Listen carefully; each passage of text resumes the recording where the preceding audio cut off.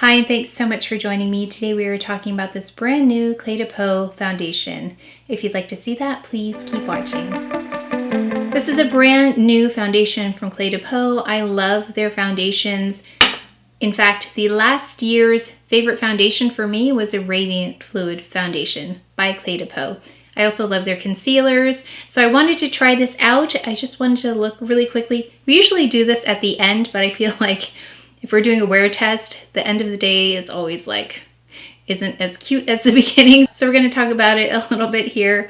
It's a soft matte liquid formula, and it combines a radiant finish with long-term skincare benefits to smooth and refine skin while minimizing the appearance of visible pores. And I have lots of visible pores, so I'm really excited about that. So it's one of those matte foundations that are radiant. That's like the new thing, or not new maybe, but it's been the current thing. A lot of foundations that are coming out are matte yet radiant. So this is called, Radiant Fluid Foundation Matte. So it sounds like they wouldn't work together, but they actually do. This says it achieves a soft focus in an instant, no filter needed. It says it harnesses the power of light to create visible radiance at the skin surface. And it says it refines pores and smooths imperfections. So it looks like there's an 8-hour hydration boost, and it says after 2 weeks, it diminishes the visibility of pores and roughness.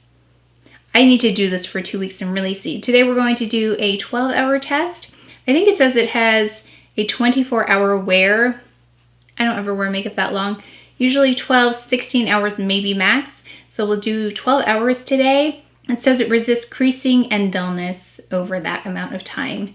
So it comes in 24 shades, so that's nice. It's a larger range, it looks like. Let's just see how application goes, and we will check in throughout the day. I'm gonna go in with my Cle De Peau, but I also have the Radiant Fluid, like the base. Oh, here it is. Okay, so this is a sheer fluid veil, SPF 21. I'm wondering if they came out with a new version of this. I didn't look closely, but I saw something new came out that looked similar to this. Actually, let's do half and half. Then we can get a comparison in case you don't have this. Well, we let that kind of soak in a little bit, so there's a difference in terms of the veil primer. You get a little bit of radiance, a little bit of diffusion of light, so imperfections are not as obvious. And I've got 030 now. I usually wear 040, but it does tend to go a little bit like olivey on me. So I was looking for something like Cream in Future Skin by by Chantecaille. I love that one. This has more of that peachiness that livens up my skin with the Chantecaille. So I thought, let me try this, and it might be totally off, but we're just gonna see. So immediately I like the brightness of it. Yeah, if I go too olivey, then it looks kind of dull, my skin. So I thought maybe this would be a little bit more like thicker than the fluid foundation, which I love. That was my favorite of last year in 040. But I thought maybe this one I should try 030. So it is definitely on the lighter side. Oh, it's coming across as really light on camera. It doesn't look that light in person. I'm gonna go really lightly on the forehead because I know that's going to be lighter than my skin tone. Okay, I'm just gonna fade it out really, really gently to the edges because mostly I need coverage in the front anyway.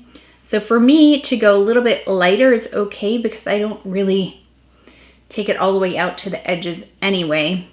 So that's really nicely. I'm trying to decide if it has a fragrance. I'm smelling something like reminiscent of the La Mer foundation. I don't know if that's coming from something else or this. I'll have to investigate further. Really nice coverage. I'm making sure it doesn't settle into the pores. Yeah, and just be careful to not put too much on there. Okay, so here's half. Ooh, looks really light, but we're gonna powder and everything, and that'll help bring everything back.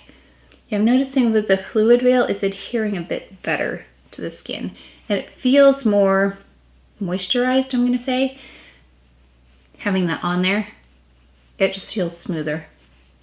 Be interesting to see the wear on this as we go through the day. So I've got a whole pump here, not even a whole pump here, and a little goes a long way. Yeah, you can really see the difference in the forehead area, so I'll have to make sure to bronze up there. With like a little bit of a richer tone, but still with this brightness of this color, because I'll swatch for you 030 next to 040. So I'm gonna conceal. Of course, I've got all kinds of Cle De Peau concealers. I've got Mocha, Honey, and Almond. I'm thinking maybe Honey and Almond. Just dropping things. I'm thinking Honey and Almond might be a good combination because when I have a warmer foundation, I will go with Honey because it's got warmth to it. Cooler foundations, I go with Mocha. And then I have Almond again for like a little bit lighter. So let's see what this looks like on. So you can see Honey compared to this.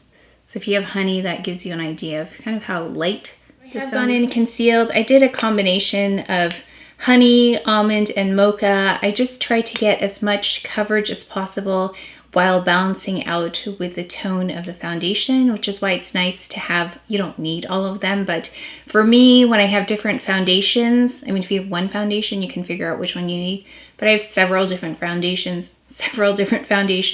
Some require a more cool tone, some require more warm tone. So if it's a warm foundation, I go more with Honey. If it's a cooler foundation, I'll go more towards Mocha. And then I need Almond sometimes to lighten it up a little bit. And if I use it under my eyes, Almond works really well on the interior. Now for something like this shade, it pulled warmer, so I used more Honey, but then I needed just a little bit of coolness with Mocha, and then I lightened it up a little bit with Almond. So that's why I have 3. Again, if you don't have lots of different foundations, you don't need to do that. Just figure out if you need warm, cool, or lighter than that. So I'm going to go in with the powder. I thought it would be a perfect time to try the powder. I just got the refill though, because I don't really put my powders on display anyway. If I do love it that much, I will get the full size with the whole container and everything, but at this point, I think I'm good. If you do have dark spots like me, you know that sometimes when you add powder, it can kind of erase some of the work you did with the concealer and you'll see the dark spots again. So it'll be interesting to see what happens when I add this powder.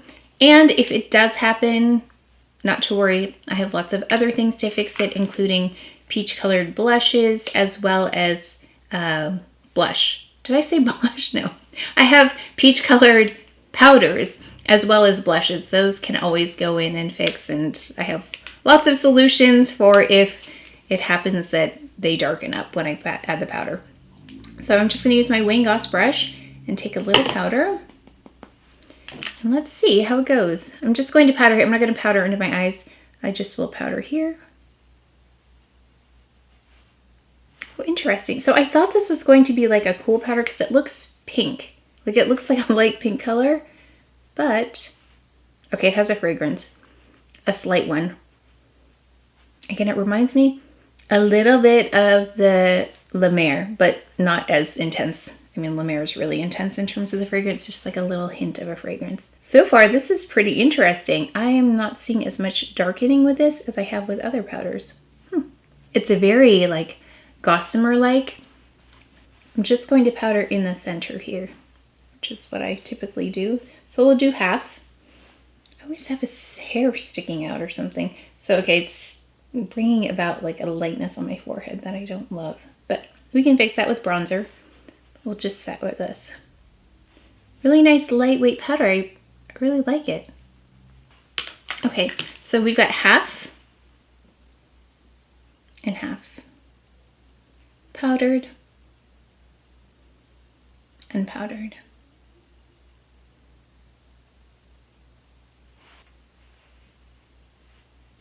Really nice powder.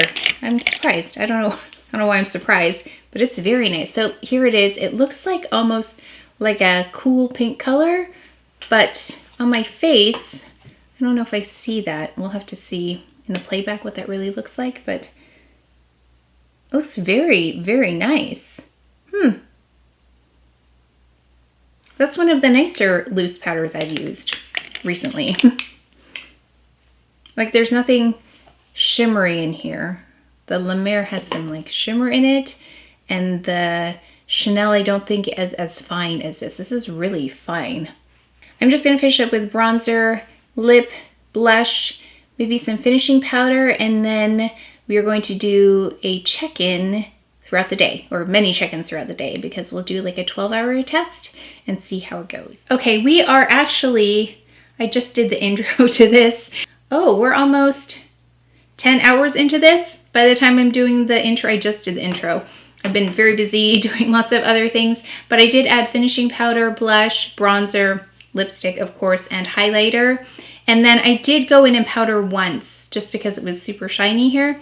I powdered once with the powder.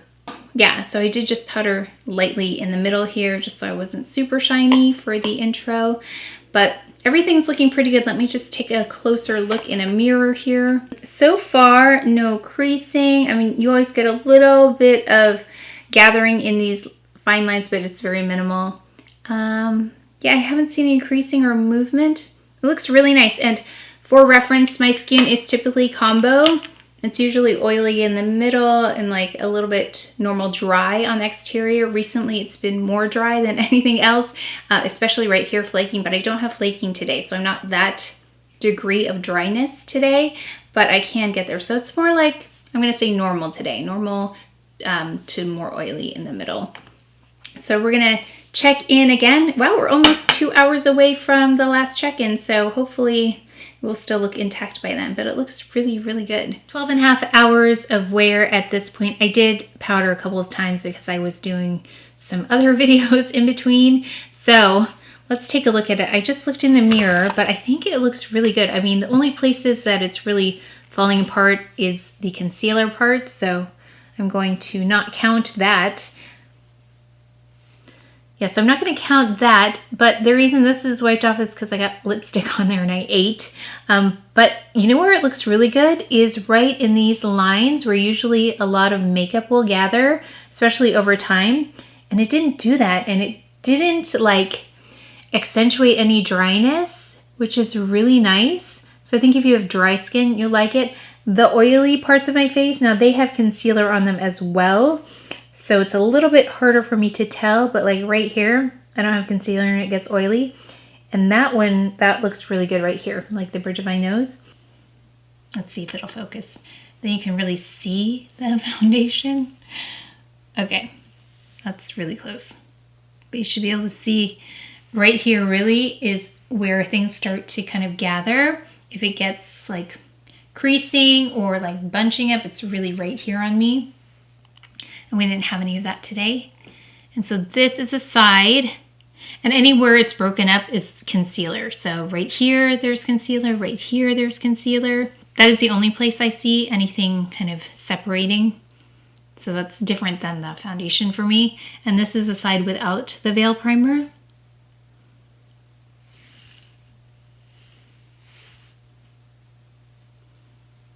So I hope the extreme close-up helps a little bit in case you really wanted to see some detail.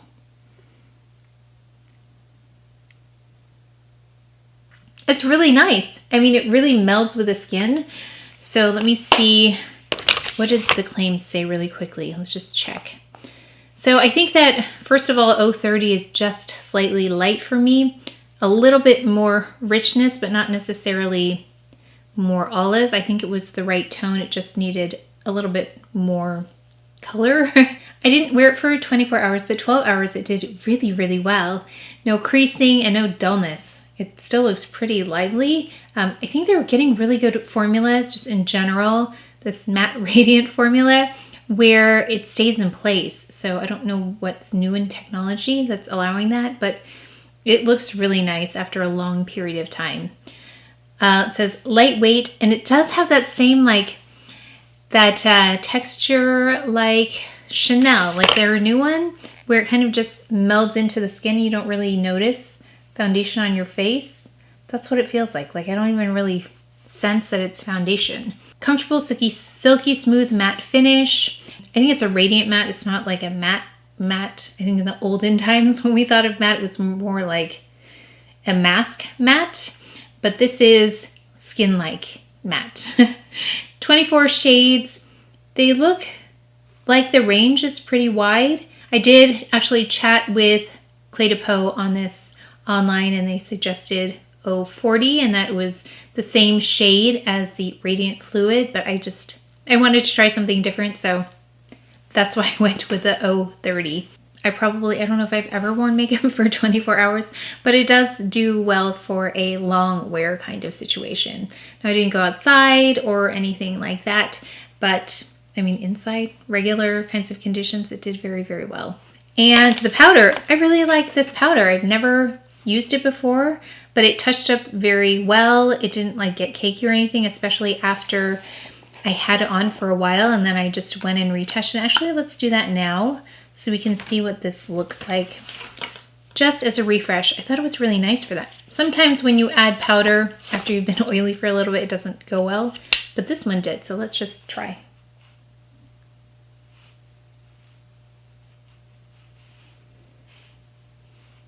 That's a really nice powder. I like this one. I haven't had much luck with loose powders recently, but this one's very nice. And I think that's it, right? And then the concealers, of course, you know, those are my go-tos. I do use all of them. Sometimes I use Mocha more, sometimes I use Honey more. It really just depends on the tone of the foundation that I'm using. So I would recommend all of those products. I think they performed really, really well.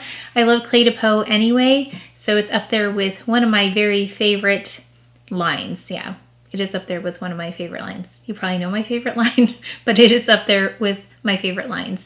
So if you are curious about it, I think the trickiest thing, again, shade match, is going to be your trickiest thing. So I hope that was helpful for you in case you were considering this foundation and just really wanted to see how it looked and how it wore over a long period of time. But that's it for today's video, so please take care of each other, stay well, and if you enjoyed this video, if you learned something, please give it a thumbs up, subscribe, and I'll see you next time. Thanks!